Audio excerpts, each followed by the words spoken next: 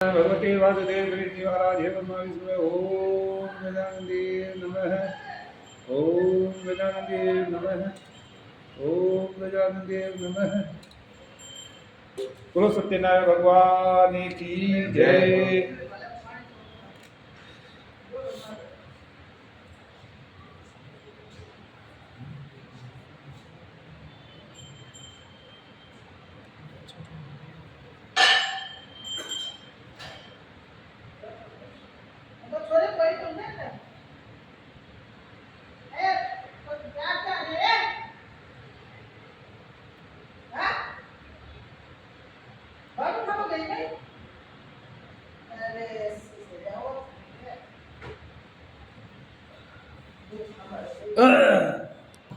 बोल सत्यनारायण भगवान की जय।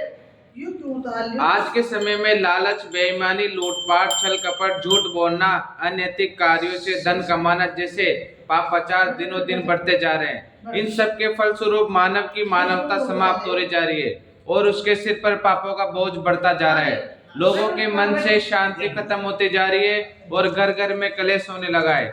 ऐसे में इन समस्त विकृतियों से मुक्त होने के लिए और सुख शांति प्राप्त करने के लिए श्री सत्यनारायण भगवान का व्रत करना चाहिए।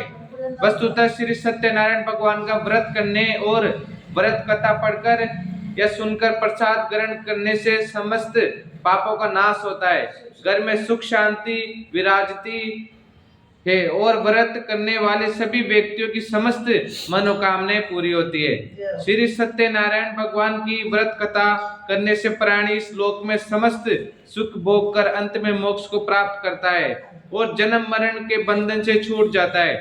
सत्यनारायण का अर्थ है सत्य का आचरण। असल में छल और कपट से दूर रहकर सदैव सत्य और ईमानदारी का व्यवहार करना ही श्री सत्यनारायण भगवान की वास्तविक पूजा है। इसलिए प्रत्येक मानव को अपने आचरण में सुधार करना चाहिए, तभी इस व्रत कथा का उत्तम लाभ प्राप्त हो सकेगा। बोल सत्यनारायण भगवान की जय। श्री सत्यनारायण भगवान का व्रत यो तो किसी भी दिन किया जा सकता है, परंतु पूर्णिमा और संक्रांति के दिन इसका विशेष महत्व है। सामान्यतः अन्य सभी प्रकार के व्रत सूर्योदय के समय स्नान आदि से निवृत्त होकर किए जाते हैं, लेकिन श्री सत्यनारायण भगवान का व्रत और पूजन सायंकाल के समय ही किया जाता है। श्री सत्यनारायण भगवान की पूजन एवं व्रत कथा की विधि इस प्रकार है। कथा वाले दिन सुबह व्रत रखे, सायंकाल के समय घर के आंगन या पूजा स्थल जहाँ भी कथा करनी हो वो धोकर पहुंचकर स्वच्छ कर लेना चाहिए। फिर लकड़ी के पटरे पर लाल रंग का कपड़ा बिछाकर उस पर श्री सत्यनारायण भगवान की मूर्ति अथवा चित्र को स्थापित करे। फिर पूजा की अन्य सामग्री सजाए। तत्पश्चात गेहूं के आटे को भूनकर और उसमें बूरा मिलाकर पंजीरी बनाए तथा इसमें केला, सेब, अमरूद आदि फलों के टुकड़े डालकर प्रसाद बनाए। साथ ही पंचामृत बनाकर रख ले। तत्पश्चात स्नान करके या हाथ मुंह धोकर स्वच्छ कपड़े पहन ले। अब पूजा स्थल पर आसन पर बैठकर श्री गणेश, गौरी, वरुण, विष्णु आदि देवताओं का ध्यान करें। इसके बाद हाथ में पुष्प लेकर श्री सत्यनारायण भगवान का ध्यान करें और पुष्प भगवान के चरणों में समर्पित कर दे। फिर यज्ञोपवीत, धूप, नैवेद्य आदि से पूजन करें। अब सभी भक्तगण हाथ जोड़कर श्री सत्यनारायण भगवान से प्रार्थना करें, हे भगवान, मैं पुष्प, जल, फल आदि से आपका पूजन कर रहा हूँ, कृपया इसे स्वीकार करें, आपदाओं से मेरी रक्षा करें और मेरे परिवारजनों व मित्रजनों की मनोकामनाएं पूरी करें। मैं आपको बारंबार प्रणाम करता हूँ। इसके बाद श्री सत्यनारायण भगवान की कथा कोई एक व्यक्ति पढ़कर सुनाए व शेष लोग शांति पूर्वक सुने। कथा के बाद धूप, दीप या कपूर जलाकर उससे आरती गाते हुए पूजन करें। तत्पश्चात प्रसाद और पंचामृत का वितरण करके स्वयं भी ग्रहण करें। इसके बाद भोजन ग्रहण करें। भोजन में शाकाहार होना चाहिए। इस प्रकार श्री सत्यनारायण भगवान की पूजा करने वाले सभी स्त्री पुरुषों की समस्त मनोकामनाएं पूरी होती है। बोलो सत्यनारायण भगवान की जय। प्रथम अध्याय। कलयुग के प्रारंभ में पवित्र तीर्थ स्थल नैमिषारण्य में 88,000 ऋषि एकत्र हुए। उन ऋषियों ने सर्वश्रेष्ठ मुनि श्री सूत जी से पूछा, हे भगवान, कलयुग में मनुष्य में छल, कपट और ईर्ष्या, द्वेष के बढ़ जाने से तेजी से अशांति फैल रही है। मनुष्य धर्म कर्म को भूलकर असहायों पर अत्याचार करने और धर्म विरुद्ध आचरण करने में लिप्त है, जिससे वह पापों के बोझ से दबता जा रहा है। ऐसी दशा में मनुष्य इन विकारों से बचते हुए सुख शांति से जीवन व्यतीत कर अंत में मोक्ष को कैसे प्राप्त करे। हे भगवान, मनुष्य के कल्याण के लिए ऐसा कोई उपाय बताइए जिससे मनुष्य को पुण्य मिले तथा उसकी सभी मनोकामनाएं पूरी हो सके। शास्त्रों के सर्वश्रेष्ठ विद्वान श्री सूत जी ने कहा है कि हे ऋषियों, आपने जगत के कल्याण की बात पूछी है। अब मैं उस श्रेष्ठ व्रत को कहूंगा जिसके प्रभाव से सभी प्राणी जीवन में सुख संपत्ति और समृद्धि पाते हैं, उनकी सारी इच्छाएं पूरी होती है। इस व्रत के विषय में एक बार देवर्षि नारद जी के पूछने पर श्री विष्णु भगवान ने उनसे जो कथा कही थी उसी कथा को मैं कहता हूँ, आप सभी ध्यान पूर्वक सुने। बोल सत्यनारायण भगवान की जय। एक बार देवर्षि नारद मानव के कल्याण की इच्छा से विभिन्न लोकों में घूमते हुए पृथ्वी लोक में पहुंचे। उन्होंने वहां घूमते हुए देखा कि कोई पुरुष बोझा ढो रहा है, कोई भीख मांग रहा है, कोई नेत्रहीन ठोकर खाते हुए जा रहा है। लोगों को कर्मों के अनुसार दुखों से पीड़ित देखकर वे सोचने लगे कि इन प्राणियों के दुख कैसे दूर होंगे। बहुत सोचने पर भी जब उन्हें कोई उपाय न सूझा तो वे विष्णु लोक की ओर चल दिए। नारद जी को देखकर श्री विष्णु भगवान ने मुस्कुराते हुए उनके आने का कारण पूछा। नारद जी ने श्वेत वर्ण और शंख चक्र गदा व पद्म से सुसज्जित 4 भुजा वाले श्री विष्णु भगवान से कहा, हे प्रभु, आप सर्वशक्तिमान हैं और सृष्टि का पालन करते हैं। मन और वाणी भी आपके गुणों का वर्णन नहीं कर सकते। आपका न कोई आदि, न मध्य और न ही अंत है। आप सृष्टि के कण कण में विद्यमान हैं और अपने भक्तों के मनोरथ पूरे करने वाले आपको नमस्कार करता हूँ। देवर्षि नारद जी की बातें सुनकर श्री विष्णु भगवान मुस्कुराते हुए बोले, हे मुनिश्रेष्ठ, निसंकोच अपने आने का कारण बताइए। नारद जी ने कहा, है प्रभु, पृथ्वी लोक में मानव अपने अपने कर्मों के अनुसार उन अनेक प्रकार के दुखों से पीड़ित हो रहे हैं। हे तीनों लोकों के स्वामी, मुझ पर कृपा करते हुए उनका दुख दूर करने को उपाय बताए। इस पर श्री विष्णु भगवान बोलते हैं, हे नारद, अब मैं ऐसा व्रत बता रहा हूँ जिसे करने पर विश्व के सभी स्त्री पुरुषों को पापों से मुक्ति मिलेगी, उनकी निर्धनता दूर होगी और वे सुख संपत्ति के साथ आनंद पूर्वक जीवन यापन करेंगे। सारे प्राणियों के कष्टों को नष्ट करने वाला व्रत है श्री सत्यनारायण भगवान का व्रत। श्री सत्यनारायण भगवान के व्रत का पूर्णिमा और संक्रांति के दिन विशेष महत्व है। वैसे किसी भी दिन स्वच्छ होकर सायंकाल में कोई भी मनुष्य श्री सत्यनारायण भगवान की पूजा करे और श्रद्धा पूर्वक प्रसाद और चरणामृत ग्रहण करे तो परिवार सहित उसका कल्याण होगा, उसकी सारी मनोकामनाएं पूरी होगी, उसके घर में धन धान्य की कोई कमी नहीं रहेगी। कलयुग में मनुष्य के मोक्ष का यही एकमात्र सरल व उत्तम उपाय है। द्वितीय अध्याय। बहुत सत्यनारायण भगवान की जय। श्री सूत जी ने कहा, है ऋषि मुनियों, अब मैं आपको उस निर्धन ब्राह्मण की कथा सुना रहा हूँ जिसने श्री सत्यनारायण भगवान का सबसे पहले व्रत किया। इस व्रत को करने से उसके सभी कष्ट दूर हो गए थे। आप सभी उसकी कथा ध्यान पूर्वक सुनो। प्राचीन काल में काशी नगरी में सतानंद नामक एक निर्धन ब्राह्मण रहता था। भिक्षा मांगकर वह अपना जीवन यापन कर रहा था। भिक्षा नहीं मिलने पर उसे भूखे पेट सोना पड़ता था। उसकी ऐसी दशा देखकर श्री सत्यनारायण भगवान एक दिन उस ब्राह्मण के समीप एक वृद्ध व्यक्ति के रूप में पहुंचे। उन्होंने उस ब्राह्मण से पूछा, हे विप्र, तुम इस प्रकार कष्ट सहते हुए कैसे जीवन यापन कर रहे हो? यह सुनकर ब्राह्मण बोला, हे मित्र, मैं बहुत गरीब ब्राह्मण हूँ। आय का कोई साधन न होने से भिक्षा मांगकर किसी प्रकार अपना जीवन यापन कर रहा हूँ। यदि आप मेरी निर्धनता को दूर करने का कोई उपाय जानते हो तो कृपा करके बताइए। तब वृद्ध व्यक्ति ने कहा, मित्र, श्री सत्यनारायण भगवान की पूजा करने, उनका व्रत करने, व्रत कथा सुनने और प्रसाद ग्रहण करने से तुम्हारी गरीबी अवश्य दूर होगी और तुम्हारी सारी मनोकामनाएं पूरी होगी। ब्राह्मण को व्रत का विधि बताकर वृद्ध व्यक्ति रूपी श्री सत्यनारायण भगवान वहां से चल गए। निर्धन ब्राह्मण ने वृद्ध व्यक्ति द्वारा बताए गए व्रत को करने का निश्चय किया। प्रातः काल उठकर ही श्री सत्यनारायण भगवान का व्रत रखने का निश्चय कर लिया। वह ब्राह्मण भिक्षा मांगने के लिए गया। उस दिन उसे भिक्षा में बहुत धन मिला। घर लौटकर उसने अपने आसपास के लोगों के साथ श्री सत्यनारायण भगवान की पूजा की और उन्हें व्रत कथा सुनाई। फिर सभी को प्रसाद देकर स्वयं भी ग्रहण किया। कुछ ही दिनों में उस ब्राह्मण की गरीबी दूर हो गई। उसके घर में धन धान्य की वर्षा होने लगी। अब वह ब्राह्मण हर माह श्री सत्यनारायण भगवान का व्रत करने लगा। हे श्रेष्ठ मुनियों, श्री सत्यनारायण भगवान का व्रत और पूजा करने से उस निर्धन ब्राह्मण के सभी कष्ट दूर हो गए। उस ब्राह्मण से श्री सत्यनारायण भगवान के व्रत कथा सुनकर अन्य व्यक्ति भी उनका व्रत करते हुए पूजा करने लगे। अब मैं आपको उन व्यक्तियों की भी कथा सुनाता हूँ जिनके कष्ट यह व्रत करने से दूर हुए। धन संपदा से संपन्न उस ब्राह्मण ने जब अगले माह से श्री सत्यनारायण भगवान का व्रत किया तो उसमें बहुत से बंधु बांधव और मित्र सम्मिलित हुए। उसी समय एक वृद्ध लकड़हारा वहां से गुजरा।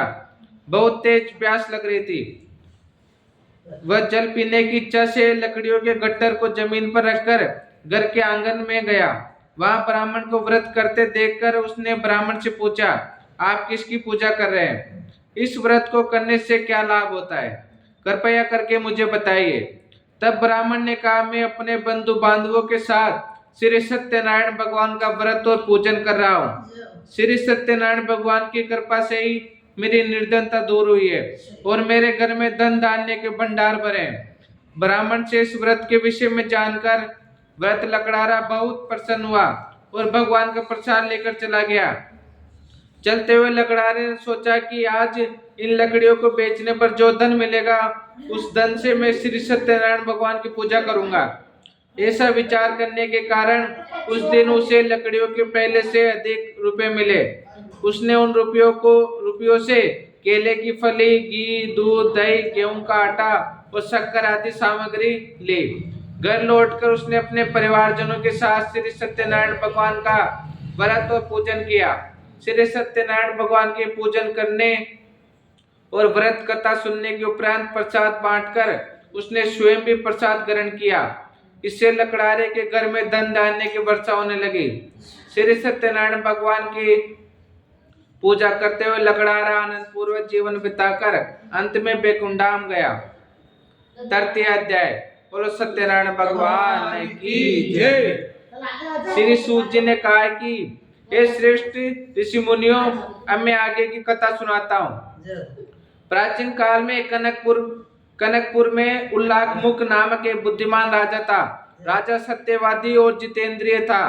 वह प्रतिदिन मंदिर जाकर श्री सत्यनारायण भगवान की पूजा करता और निर्धनों को अन्न, वस्त्र आदि देकर उनके कष्ट दूर करता। उसकी पत्नी सुभद्रा बहुत सुशीला और सती साध्वी थी। वे दोनों हर माह श्री सत्यनारायण भगवान का व्रत करते थे। एक बार वे दोनों बहुत से लोगों के साथ भद्रशिला नदी के किनारे श्री सत्यनारायण भगवान की पूजा कर रहे थे। तभी वहां एक बड़ी नौका आकर रुकी। उस नौका में एक व्यापारी काफी धन कमाकर अपने नगर को लौट रहा था। नौका से उतरकर वह व्यापारी राजा के समीप पहुंचा। राजा को पूजा करते हुए देखकर उसने पूछा, हे राजन, आप किसकी पूजा कर रहे हैं? इस पूजा से क्या फल मिलता है? राजा ने उस व्यापारी से कहा, मैं अपनी प्रजा के साथ श्री सत्यनारायण भगवान की पूजा कर रहा हूँ। इस पूजन और व्रत के प्रभाव से मेरे राज्य की सारी प्रजा सुखी रहती है। यह कथन सुनकर व्यापारी ने कहा, हे राजन, मैं भी श्री सत्यनारायण भगवान का व्रत करना चाहता हूँ। कृपया मुझे इसकी विधि बताइए। राजा ने व्यापारी को पूरी विधि बताई। फिर राजा ने व्रत कथा सुनकर अन्य लोगों के साथ व्यापारी को भी प्रसाद दिया और स्वयं भी ग्रहण किया। वह व्यापारी फिर अपने नगर लौट गया। व्यापारी ने घर पहुंचकर अपनी पत्नी लीलावती से कहा, हमारे कोई संतान नहीं है। यदि श्री सत्यनारायण भगवान के अनुकंपा से हमारे कोई संतान हुई तो मैं उनका व्रत अवश्य करूंगा। व्यापारी के ऐसा निश्चय करने से कुछ समय बाद लीलावती गर्भवती हुई और 10वें माह उसने एक सुंदर लड़की को जन्म दिया। व्यापारी ने पुत्री के जन्म पर बहुत खुशियां मनाई, लेकिन व्रत नहीं किया। लीलावती की याद दिलाने पर वह बोला, अभी मैं व्यापार में बहुत व्यस्त हूँ, जब मैं इसका विवाह करूंगा तब श्री सत्यनारायण भगवान का व्रत अवश्य करूंगा। यह सुनकर लीलावती चुप रह गई। व्यापारी की पुत्री कलावती शुक्ल पक्ष के चंद्रमा की भांति तेजी से बढ़ने लगी। सिकरी बहुत वर्ष बीत गए। एक दिन व्यापारी ने अपनी बेटी को सहेलियों के साथ उपवन में घूमते हुए देखा तो उसे उसके विवाह की चिंता होने लगी। उसने कलावती के लिए सुयोग्य वर ढूंढने के लिए अपने सेवकों को भेजा। उन सेवकों ने कंचनपुर नगर में अत्यंत सुंदर और गुणवान वणिक पुत्र को देखा। सेवकों ने लौटकर व्यापारी को उस वणिक पुत्र के विषय में बताया। उस व्यापारी ने उस लड़के के साथ कलावती का विवाह धूमधाम से कर दिया। कलावती का विवाह भी हो गया, लेकिन व्यापारी ने फिर भी व्रत नहीं किया। लीलावती ने जब अपने पति को याद दिलाया तो उस व्यापारी ने कहा, लीलावती, अभी तो मैं अपने दामाद के साथ व्यापार को जा रहा हूँ। व्यापार से लौटकर श्री सत्यनारायण भगवान का व्रत और पूजन जरूर करूंगा। यह कहकर व्यापारी कई नौकाओं में सामान भरकर अपने दामाद और सेवकों के साथ व्यापार के लिए चला गया। उस व्यापारी के बार बार व्रत का निश्चय करने और फिर व्रत न करने से श्री सत्यनारायण भगवान क्रोधित हो गए। व्यापारी अपने दामाद के साथ रत्नसारपुर नामक नगर में पहुंचकर व्यापार करने लगा। श्री सत्यनारायण भगवान की माया से कुछ चोर राजा के महल में चोरी करके भाग रहे थे। भागते हुए चोरी ने पीछा करने वाले सैनिकों से बचने के लिए चोरी का माल व्यापारी की नावों में छिपा दिया और आसानी से भाग गए। चोरों का पीछा करते हुए सैनिक व्यापारी की नावों के पास पहुंचे। नावों की तलाशी लेने पर उन्हें राजा का चोरी गया धन मिल गया। तब वे सैनिक उस व्यापारी और उसके दामाद को बांधकर राजा चंद्रकेतु के पास ले गए। राजा ने उन दोनों को कारावास में डाल दिया और उनका सारा धन जब्त कर लिया। श्री सत्यनारायण भगवान के प्रकोप से उधर लीलावती भी कई मुसीबतों में पड़ गई। चोर उसके घर में सारा धन चुरा ले गए। भूख प्यास से व्याकुल कलावती अन्न की चिंता में एक ब्राह्मण के घर गई। वहां श्री सत्यनारायण भगवान की व्रत कथा हो रही थी। कलावती ने भी वहीं बैठकर व्रत कथा सुनी और प्रसाद लिया। फिर घर लौटकर उसने अपनी माँ को सारी बात बताई। कलावती से सुनकर लीलावती ने भी श्री सत्यनारायण भगवान का व्रत करने का निश्चय किया। अगले दिन लीलावती ने अपने परिवार के साथ श्री सत्यनारायण भगवान का पूजन किया और फिर सबको प्रसाद बांटकर स्वयं भी ग्रहण किया। लीलावती ने अपने पति और दामाद के शीघ्र घर लौट आने की कामना से यह व्रत किया था। लीलावती के विधि पूर्वक व्रत करने और प्रसाद ग्रहण करने से श्री सत्यनारायण भगवान प्रसन्न हो गए और उसकी मनोकामना पूरी की। उन्होंने राजा चंद्रकेतु को स्वप्न में दर्शन देकर कहा, हे राजन, वह व्यापारी और उसका दामाद बिल्कुल निर्दोष है। सुबह ही उन दोनों को छोड़कर उनका सारा धन लौटा दो, अन्यथा तुम्हारा सारा धन, वैभव, राज्य आदि नष्ट कर दूंगा। इतना कहकर भगवान अंतर्ध्यान हो गए। प्रातः होते ही राजा चंद्रकेतु ने अपने मंत्री और राज्य ज्योतिषियों को रात को स्वप्न के बारे में बताया और तुरंत उन दोनों को छोड़ दिया। उनका सारा धन भी लौटा दिया। इस प्रकार श्री सत्यनारायण भगवान की कृपा से वे दोनों अपने नगर की ओर चल दिए। और सत्यनारायण भगवान की जय। चतुर्थ अध्याय। श्री सूत जी बोले, उस व्यापारी ने अपने दामाद के साथ सुमुहूर्त में नौकाओं से प्रस्थान किया। लंबी यात्रा के बाद एक नगर के तट पर नौकाओं को रोककर दोनों भोजन करके विश्राम करने लगे। तभी श्री सत्यनारायण भगवान साधु के रूप में वहां पहुंचे। उन्होंने व्यापारी से पूछा, हे वणिक, तेरी नौकाओं में क्या है? मन ही मन यह सोचकर कि साधु अवश्य ही कुछ मांगने की इच्छा से पूछ रहा है, व्यापारी ने झूठ बोल दिया। हे दंडी स्वामी, मेरी नौकाओं में तो बेल पत्र है। व्यापारी के झूठे वचन सुनकर भगवान ने कहा, हे वैश्य, तुम्हारा वचन सत्य होगा। इतना कहकर दंडी वेशधारी भगवान वहां से चले गए। व्यापारी ने जब अपनी नौकाओं में बेल और पत्ते भरे हुए देखे तो वह मूर्छित होकर गिर पड़ा। कुछ देर बाद जब उसकी मूर्छा दूर हुई तो वह विलाप करने लगा। तब उसके दामाद ने कहा, ये सब उस दंडी साधु के श्राप की वजह से हुआ है। अतः हमें उसकी शरण में जाना चाहिए, वही हमें इस विपत्ति से छुटकारा दिलाएंगे। दामाद के वचन सुनकर वह व्यापारी उस दंडी साधु को खोजने लगा। थोड़ी देर ढूंढने के बाद एक वृक्ष के नीचे दंडी साधु को देखकर उस व्यापारी ने उस साधु के चरणों में गिरकर क्षमा मांगी। दंडी रूपधारी भगवान ने कहा, हे वणिक, तेरे बार बार झूठ बोलने की वजह से ही मैंने तुझे इतना दंड दिया है। तूने बार बार श्री सत्यनारायण भगवान अर्थात मेरी पूजा करने का प्रण किया, लेकिन कभी भी पूजा नहीं की। तब व्यापारी ने हाथ जोड़कर कहा, हे भगवान, आप तो दीन दुखियों के कष्ट दूर करने वाले हैं, मेरी इस गलती को क्षमा करें। आपके रूप को तो ब्रह्मा आदि भी नहीं जान पाते, फिर भला मैं अज्ञानी कैसे समझ सकता हूँ। अब मैं सदैव श्री सत्यनारायण भगवान का व्रत और पूजन किया करूंगा, आप मुझ पर कृपा करें। व्यापारी की क्षमा याचना सुनकर भगवान ने उसे क्षमा कर दिया। तभी व्यापारी की नौकाओं में भरे हुए बेल और पत्ते पुनः धन धान्य में परिवर्तित हो गए। व्यापारी ने अपने दामाद के साथ अगले दिन श्री सत्यनारायण भगवान का व्रत और पूजन किया। फिर व्यापारी अपने नगर की ओर चल दिया। अपने नगर में पहुंचकर व्यापारी ने एक सेवक को अपने घर भेजा। सेवक ने घर पहुंचकर लीलावती को व्यापारी के पहुंचने की सूचना दी। लीलावती और कलावती श्री सत्यनारायण भगवान की पूजा कर रहे थे। पति और दामाद के लौट आने का समाचार सुनकर लीलावती ने पूजा पूरी करके प्रसाद ग्रहण कर अपनी बेटी से कहा, बेटी, मैं अपने पति के दर्शन को जा रही हूँ, तू घर का काम पूरा करके आ जाना। यह कहकर लीलावती चली गई। पति से मिलने की खुशी में कलावती प्रसाद ग्रहण किए बिना ही घर से निकलकर नदी किनारे पहुंच गई। उसके प्रसाद ग्रहण न करने पर भगवान क्रोधित हो गए।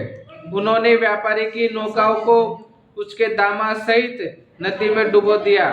अपने पति को वहां न पाकर कलावती जोर से रोने लगी। तब व्यापारी ने कहा, पुत्री, अवश्य ही तुझसे कोई भूल हुई है जिससे भगवान ने तुझे यह दंड दिया है। तब व्यापारी ने भगवान से प्रार्थना की, हे भगवान, मेरे परिवार के किसी सदस्य से कोई भूल हुई हो तो उसे क्षमा कर देना। तभी आकाशवाणी हुई, हे वणिक, तेरी पुत्री मेरा प्रसाद छोड़कर चली आई। उसकी इस भूल के कारण ही नाव के साथ साथ तुम्हारा दामाद भी नदी में डूब गया। यदि अभी तेरी पुत्री प्रसाद ग्रहण करके वापस आए तो ही उसे पति के दर्शन होंगे और डूबी हुई नौकाएं भी जल के ऊपर आ जाएगी। यह सुनकर कलावती वापस गई और श्रद्धा पूर्वक प्रसाद ग्रहण करके वापस आई। कलावती के प्रसाद ग्रहण करके लौटते नौकाएं जल के ऊपर आ गई। व्यापारी का दामाद भी सुरक्षित नदी से बाहर निकल गया। घर लौटकर व्यापारी ने अपने परिवार और बंधु बांधवों के साथ श्री सत्यनारायण भगवान की पूजा की और सबको प्रसाद बांटकर स्वयं भी ग्रहण किया। भगवान का विधिवत पूजन करने से उस व्यापारी का घर धन धान्य से भरपूर हो गया। उसकी सारी मनोकामनाएं पूरी हुई और वह सुख पूर्वक जीवन यापन करता हुआ अंत में बैकुंठाम को चला गया। और सत्यनारायण भगवान की जय। पंचम अध्याय। श्री सूची बोले, हे ऋषि मुनियों, मैं एक अन्य कथा भी सुनाता हूँ। कौशलपुर में तुंगध्वज नामक एक राजा था। उसकी प्रजा सुख पूर्वक रह रही थी, लेकिन एक बार उसने भी श्री सत्यनारायण भगवान का प्रसाद ग्रहण नहीं किया, जिससे उसे बहुत दुख झेलने पड़े। एक दिन राजा तुंगध्वज जंगल में हिंसक जानवरों का शिकार करने गया था। शिकार के पीछे तेजी से घोड़ा दौड़ते हुए वह अपने सैनिकों से अलग हो गया। शिकार की दौड़ धूप से वह बहुत थक गया था। कुछ देर विश्राम करने के लिए वह एक बड़े वृक्ष के नीचे बैठ गया। समीप ही कुछ ग्वाले श्री सत्यनारायण भगवान का पूजन कर रहे थे। राजा उनके पास से गुजरा, लेकिन उसने भगवान को नमस्कार नहीं किया। ग्वालों ने पूजा करके राजा को प्रसाद दिया तो उसने उनको छोटे लोग समझकर वह प्रसाद ग्रहण नहीं किया और घोड़े पर सवार होकर अपने नगर को चला गया। महल के पास पहुंचते ही राजा बुरी तरह चौंक गया। महल में आग लग गई थी। जल्दी पूरा महल जलकर आग हो गया और उसकी पत्नी, पुत्र, पुत्री आदि भी जल गए। तब राज्य ज्योतिषी ने राजा से कहा, महाराज, आपसे अवश्य ही कोई भूल हुई है। अगर आप उस भूल का प्रायश्चित कर लेंगे तो सब कुछ पहले की तरह हो जाएगा। राजा को तुरंत अपनी भूल ध्यान आ गई। फिर मंदिर में जाकर राजा ने श्री सत्यनारायण भगवान से क्षमा मांगी और उनकी पूजा की। पूजा के बाद प्रसाद ग्रहण करने पर भगवान की कृपा से राजा का महल पहले की तरह हो गया। महल में रानी, पुत्र, पुत्री आदि भी सकुशल मिल गए। फिर राजा दीर्घ काल तक श्री सत्यनारायण भगवान की पूजा करता रहा। जीवन के सभी सुखों को भोग कर अंत में राजा तुंगध्वज बैकुंठ धाम गया। इस प्रकार जो व्यक्ति श्री सत्यनारायण भगवान का व्रत और पूजन करता है, उसके सारे दुख व चिंताएं दूर हो जाते हैं। उसके घर में धन धान्य के भंडार भरे रहते हैं। उसकी सारी मनोकामनाएं पूरी होती है। अंत में मनुष्य सीधे बैकुंठ धाम जाता है। श्री सूत जी ने कुछ क्षण रुककर कहा है, श्रेष्ठ मुनियों, पूर्व जन्म में जिन लोगों ने श्री सत्यनारायण भगवान का व्रत किया है, उन्हें अगले जन्म में भी सुख मिले। वृद्ध संतानंद ब्राह्मण ने अगले जन्म में सुदामा के रूप में भगवान की पूजा करते हुए अंत में मोक्ष पाया और बैकुंठ धाम चला गया। उस लकड़हारे ने अगले जन्म में शिवपुरी का राजा बनकर अंत में मोक्ष प्राप्त किया। उल्का मुख नामक राजा अगले जन्म में राजा दशरथ हुए और मोक्ष प्राप्त किया। उस व्यापारी ने मोर ध्वज के रूप में अगला जन्म लिया और अपने पुत्र आर्य से चीरकर भगवान की कृपा से मोक्ष पाया। राजा तुंगध्वज ने मनु के रूप में अगला जन्म लेकर भगवान की भक्ति की और शुद्ध कर्म करते हुए मोक्ष प्राप्त किया और बैकुंठ धाम को चले गए। हे ऋषि मुनियों, श्री सत्यनारायण भगवान का व्रत पूजन करने से मनुष्य की सभी चिंताएं दूर होती है, उसकी सभी मनोकामनाएं पूरी होती है। घर में धन धान्य के भंडार सदा भरे रहते हैं और अंत में वह जन्म जन्मांतर के चक्कर से मुक्त होकर मोक्ष को प्राप्त होता है। बोलो सत्यनारायण भगवान की जय। शिवम नारायण नारायण हरि हरि, शिव नारायण नारायण हरि हरि, लक्ष्मी नारायण नारायण हरि हरि, स्वामी नारायण नारायण हरि हरि, गोविंद नारायण नारायण हरि हरि, स्वामी नारायण नारायण हरि हरि।